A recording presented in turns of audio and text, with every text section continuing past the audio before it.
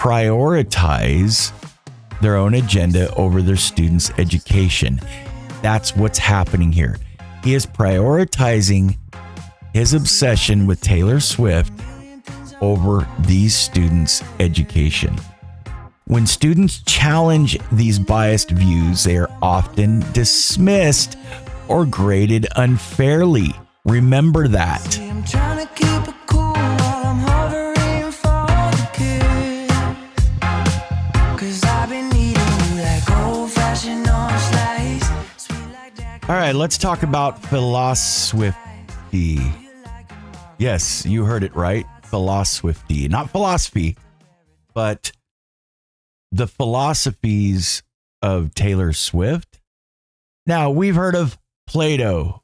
We've heard of Aristotle and who I used to call Socrates, which is Socrates, and others, right? But what about philosophy? That's the philosophy of Taylor Swift. Now, some of you already know this. You got this professor, BYU. This guy has been educated at Princeton. He has his doctorate in political philosophy from Princeton University and teaches introductory philosophy courses and researches personal autonomy and the moral significance of respecting others. You've heard about this already. Here's the deal. Professor Ryan Davis, he's a passionate Taylor Swift fan, finding philosophical implications in Taylor Swift's lyrics. 17 years ago, Davis heard Taylor Swift's Teardrops on My Guitar on the radio and immediately recognized the singer's dilemma about how to treat people. Davis, an associate professor in the political science department at BYU, received his doctorate in political philosophy from Princeton University. He teaches introductory philosophy courses and researches personal autonomy and the moral significance of respecting others. In his office filled with philosophy books, Davis proudly displays a square red frame with a caption from Taylor Swift's song All Too Well. For Davis, this framed quote is serious, reflecting his deep admiration for Taylor Swift's music. Davis will be teaching the first ever Taylor Swift course at BYU in winter 2024. That's right. The class called Miss Americana, Taylor Swift Ethics and Political Society, explores the moral structure of relationships in Swift's music. Now, if you don't want to ruffle the feathers of anyone, but want to be relevant and want to be novelty, this is the way to do it, folks. Right? This is the way to do it. And it's empowering. It's so empowering. Why? Because Hollywood loves Taylor Swift, and this is Davis's favorite person in the world. This reminds me of my neurotic Aunt Susan, who loved, and she won't be listening. It's okay. She loved Phantom of the Opera, and everyone had to listen to Phantom of the Opera. And it's almost kind of narcissistic when you think of it's very self-serving. This is coming across as self-serving, but I don't know the guy. But I remember a teacher that taught this class, and she loved Paul McCartney. And everybody had to love Paul McCartney. Everything she taught had everything to do with the Beatles and Paul McCartney. And it was mind-numbing. It was horrible. It was so cringy. And what's cringy about this? It's not that Taylor Swift or anybody like that is. It's because you're trying to convince people. You're wanting people to jump on the bandwagon with you and be just as excited as you are about something. Well, I guess if you're a Taylor Swift fanatic and you love the class and you love Taylor Swift, then you'll be excited about the class because it's sold out. While the class is already full for this winter, future semesters may offer the opportunity to take part in this unique course.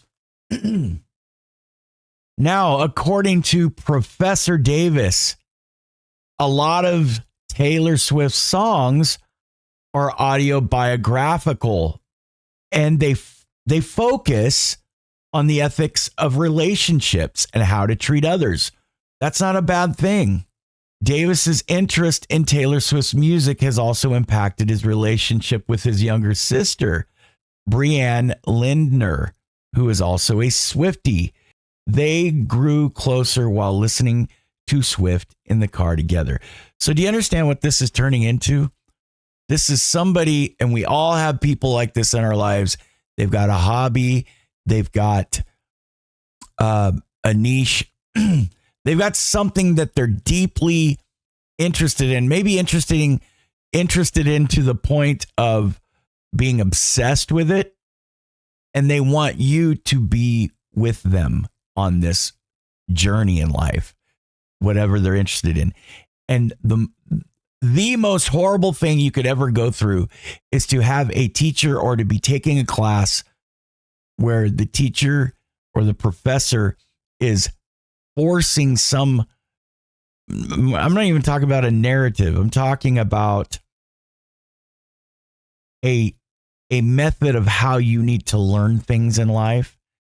And let's say you just think Taylor Swift is the cringiest person of all. And you are, let's say you're the opposite of a Swiftie, yet you have to take his class because there's no others available. Maybe, I don't know. It's just, do you understand what I'm saying? What is this turning into? But let's go on. And I'll get to the point of what I'm implying. Davis is loved for Taylor Swift with his sister. So they share this love, right, for Taylor Swift.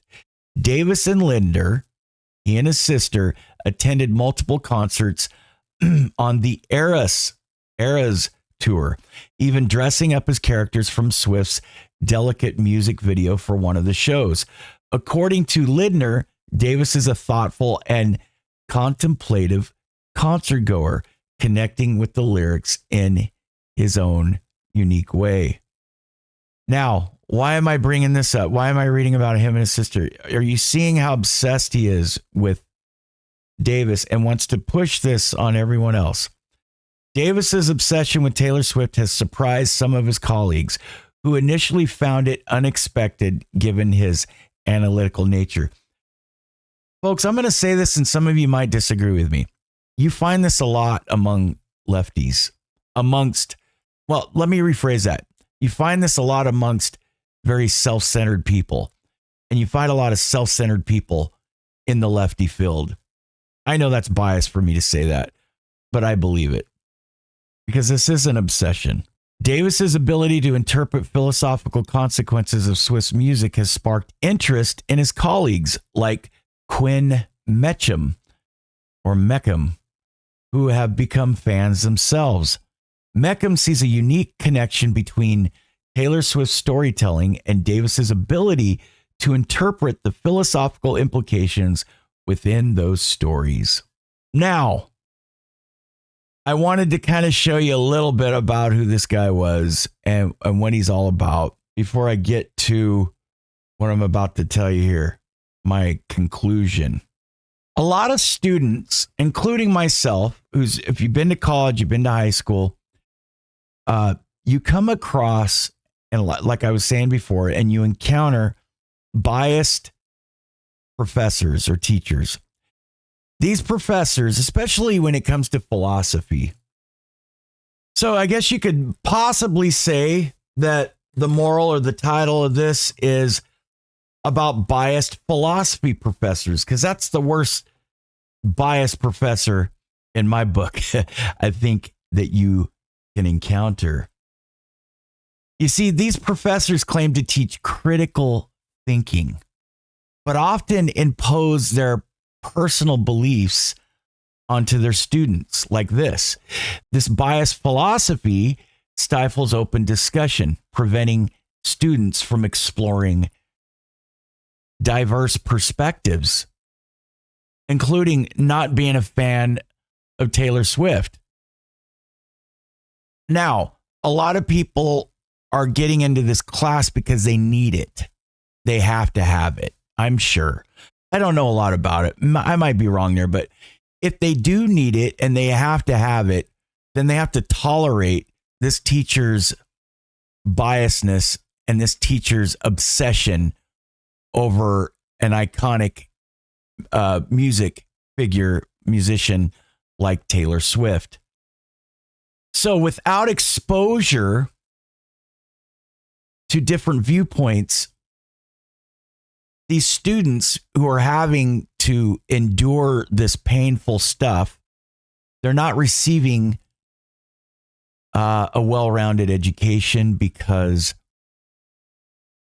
they're not only learning the way this philosophy teacher's this professor wants them to learn, but they're also learning that to be a good professor, you get to force an agenda or a narrative, or it's okay to coerce a teaching method, and we're supposed to learn from these professors, right? These are young people going to these older people, and they're also learning that it's okay to force your obsessions on people, I guess, like my neurotic Aunt Susan. Isn't it vital for professors to present a range of philosophical perspectives, fostering intellectual growth? You're not seeing that here. Unfortunately, people like Davis prioritize their own agenda over their students' education. That's what's happening here. He is prioritizing his obsession with Taylor Swift over these students' education. When students challenge these biased views, they are often dismissed or graded unfairly. Remember that. It is time to unveil. So, what am I doing here? I'm unveiling the biasness of this philosophy professor, and I am demanding academic integrity. Are we going to get it from him? No. But I think some of these students should speak up if they don't agree with any of this and demand at BYU a more inclusive learning environment if you have to.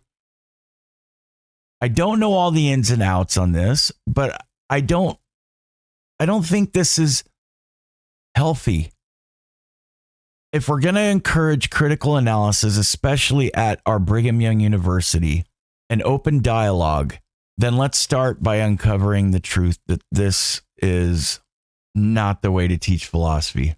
Because by fostering a culture of true intellectual diversity, then BYU can truly prepare students for the real world. And they're not doing that this way. Brothers and sisters, thank you for joining me in this semi-critical analysis, I guess you could say. But together, let's challenge biasness and biased philosophies and create a more inclusive, real inclusivity, a real inclusive academic community. Thank you for watching this video on the and listening to the podcast on this exploration of the moral structure of Taylor Swift's music. If you enjoyed this content, don't forget to subscribe to The Last Dispensation for more thought-provoking podcasts and discussions.